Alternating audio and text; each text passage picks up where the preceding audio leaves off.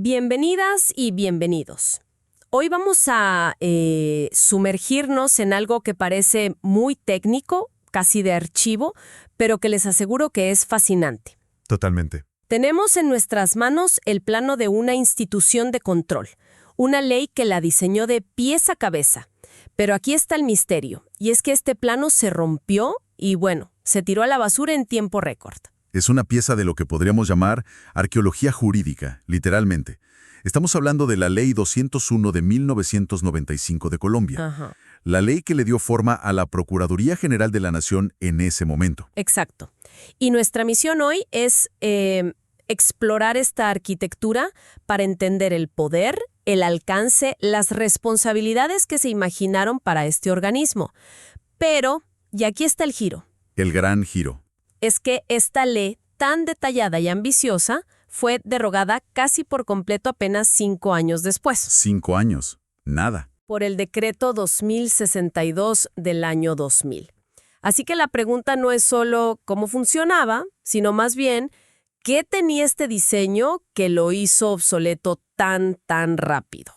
Es como analizar los planos del Titanic después del hundimiento. Te dice muchísimo sobre las ambiciones y, quizás, sobre los errores de cálculo de la época. Esa es la analogía perfecta. Es que estudiar una ley que ya no existe nos permite ver las intenciones originales, las complejidades y, sobre todo, nos obliga a preguntarnos, bueno, ¿qué salió mal? ¿Qué no funcionó? Claro. Es una ventana a un momento muy específico de la construcción del Estado colombiano, justo después de la Constitución del 91, cuando, digamos, todo se estaba reinventando. Bueno, empecemos a desarmar este mecano. El artículo 1 de la ley es muy rimbombante. Dice que la Procuraduría es el máximo organismo del Ministerio Público. A ver, yo entiendo que vigila a los funcionarios, pero esa frase suena a la vez vaga e increíblemente poderosa. En la práctica, ¿qué significaba? Pues mira, era en esencia un poco de todo. Auditor, policía, juez. Todo junto. Todo junto, sí. El Ministerio Público es el brazo del Estado que defiende los intereses de la sociedad frente al propio Estado. Ok. Su trabajo es asegurarse de que los funcionarios cumplan la ley, que el dinero público no se pierda, que los derechos de la gente se respeten. Y lo que hacía esta ley era tomar esa misión, que es muy abstracta, y crear una maquinaria gigantesca y sobre todo muy minuciosa para llevarla a cabo. Y cuando dices gigantesca, creo que te quedas corto. Definitivamente. Estoy viendo el artículo 2, el que describe la estructura orgánica, y es para marearse. O sea, no es un organigrama, parece el mapa de un imperio. Es una buena forma de verlo. Lo divide en nivel central, nivel territorial, representación ante autoridades. De verdad, parece un gobierno paralelo. Sí, o como un sistema nervioso autónomo dentro del Estado, diseñado para sentir y reaccionar a cualquier, digamos, dolor o infección en cualquier parte del cuerpo administrativo. Y para entender su alcance real, hay que mirar algunas de sus terminales nerviosas. A ver, ¿cuáles te llaman más la atención? Sin duda la Dirección Nacional de Investigaciones Especiales. Esto está en los artículos 10 y 11. Ok. Y esto no era una oficina de quejas y reclamos. Era una unidad de élite, una especie de FBI interno de la Procuraduría. ¡Wow! Con divisiones con nombres que ya imponen. Moralidad administrativa, orden público y derechos humanos, enriquecimiento ilícito. Suena a que no se andaban con rodeos. Para nada. Y aquí viene el detalle clave, la joya de la corona de su poder. A ver. El parágrafo 2 del artículo 11 le daba atribuciones de policía judicial. Y aquí hay que detenerse. Un momento. ¿Policía judicial? ¿Sí? Darle esas funciones a un ente de control disciplinario es crear, en la práctica, una segunda fiscalía. ¿Te imaginas los choques de trenes que eso podía generar? Claro. De repente tienes dos agencias con poderes parecidos, compitiendo por los mismos casos, los mismos testigos. Una pesadilla.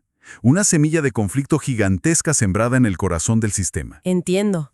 Y además de estos superinvestigadores, ¿qué más había en ese nivel central? Estaban las procuradurías delegadas. Ok. Piensa en ellas como unidades de vigilancia hiperespecializadas. Había una para contratación estatal, que es donde, bueno, históricamente se han visto los mayores focos de corrupción. Claro. Otra para las fuerzas militares, que es un mundo muy cerrado. otra para derechos humanos, para asuntos étnicos. La idea era que no podías tener a un vigilante genérico supervisando un puente y al día siguiente un caso de derechos humanos. Se necesitaba gente que supiera de lo que hablaba. Ok, eso tiene sentido. Buscaban una vigilancia experta. Pero espera, entonces no solo tenían a los superinvestigadores y a los expertos sectoriales en la capital, sino que el plan era tener una mini procuraduría en cada rincón del país. Exacto. El artículo 2 habla de procuradurías regionales, departamentales, provinciales. Suena increíblemente ambicioso. ¿De verdad llegaron a implementar algo así en solo 5 años? Porque parece una pesadilla logística. Esa es precisamente una de las grandes preguntas. La ambición en el papel era total.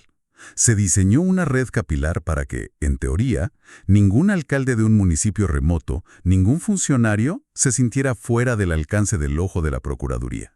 Toda esta megaestructura que describes tenía que tener una cabeza, ¿no? Y me imagino que el poder de esa persona era igual de descomunal. Absolutamente. ¿Cómo se blindaba ese cargo para que no fuera simplemente un puesto político más? Ahí la ley intentó un mecanismo de equilibrio de poderes muy interesante. Está en el artículo 3. Ajá. Al procurador general no lo nombraba el presidente a dedo. Lo elegía el Senado, pero de una terna que venía de 3 fuentes distintas. O sea, no venía de un solo lado. No. Un candidato lo ponía el presidente, otro la Corte Suprema de Justicia y el tercero el Consejo de Estado. El ejecutivo, el judicial y el contencioso administrativo. Exacto. La idea era que el elegido tuviera que ser aceptable para diferentes ramas del poder. Eso en teoría le daría una legitimidad y una independencia mucho mayores. Se buscaba evitar que fuera el procurador de alguien. Y por si fuera poco, los requisitos para ser candidato eran brutales. El artículo 4 exige las mismas calidades que para ser magistrado de una alta corte. Que ya es muchísimo decir. Pero es que luego el artículo 5 despliega una lista de inhabilidades que parece interminable. No tener condenas, no haber sido sancionado, no tener deudas, no ser pariente de los que lo eligen. Básicamente buscaban a una persona a prueba de balas. Y necesitaban que lo fuera porque el poder que le entregaban era abrumador. El artículo 8 es el corazón del poder del procurador. A ver, por ejemplo, el literal C le daba la competencia para investigar y juzgar disciplinariamente en única instancia a casi toda la cúpula del Estado. Congresistas, ministros, generales, almirantes. Un momento, en única instancia. O sea que si el procurador decidía destituir a un ministro, no había apelación. Su palabra era la final. Así es. Era el juez disciplinario supremo de la élite del poder público. Imagina la cantidad de poder político que eso concentraba en una sola persona. Podía poner en jaque a todo el gabinete. Es, vertiginoso. Y aquí se pone todavía más interesante. El literal E le daba el famoso poder de desplazamiento. Suena a ciencia ficción. ¿Qué era exactamente? Era una especie de superpoder. Significaba que si el procurador consideraba que un caso, cualquiera caso disciplinario, en cualquier parte del país, era de importancia nacional, podía crear una comisión especial, enviar a su gente y, literalmente, desplazar al funcionario local que lo estaba investigando, le quitaba el caso y lo asumía directamente. Es una herramienta de intervención brutal. Imagínate, eres un procurador provincial investigando un político local poderoso, y de repente desde Bogotá te dicen, gracias, pero hasta aquí llegaste. Exactamente. Podía usarse para bien, para que un caso no se estancara, pero también, era un poder de doble filo inmenso.